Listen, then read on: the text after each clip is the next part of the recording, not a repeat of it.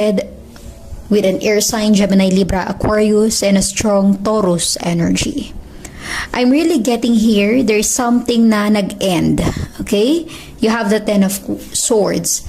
Nag-end or mag-e-end pa lang. Kumbaga, this Ten of Swords is endings that will bring new beginnings. In the near future, there's something in your life na maaaring matutuldo ka na, matatapos na, breakup, separation, kung ano man yung ending na may encounter mo sa buhay.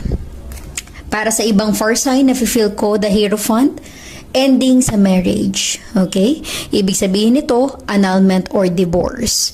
Possible din na ending, pagtatapos or separation patungkol sa contract or agreement. Kung sino man yung ka-agreement mo, parang tapos na yung connection nyo sa isa't isa.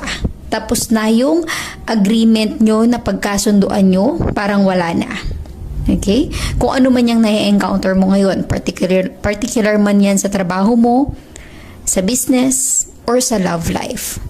There is something na matatapos, matutuldakan, or mag-i-end na. You have the High Priestess for sign. Ibig sabihin nito, mataas ang level ng intuition mo, ng gut feeling mo. Yung para bang may kutob ka, may pakiramdam ka na etong taon na yun, mangyayari na yung ending that will bring new beginning in your life. Matutuldukan, matatapos na. Kung ano man yan. Okay? Resonate as it is for sign. You have 2 arcanas in your energy. Major arcana.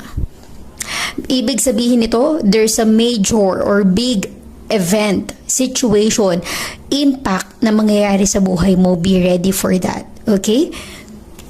Malaking parte ito sa buhay mo, sa sitwasyon mo. And embrace this new beginning. Let us see. Give me the High Priestess for first sign, Aries, Leo, and Sagittarius. Give me the High Priestess energy.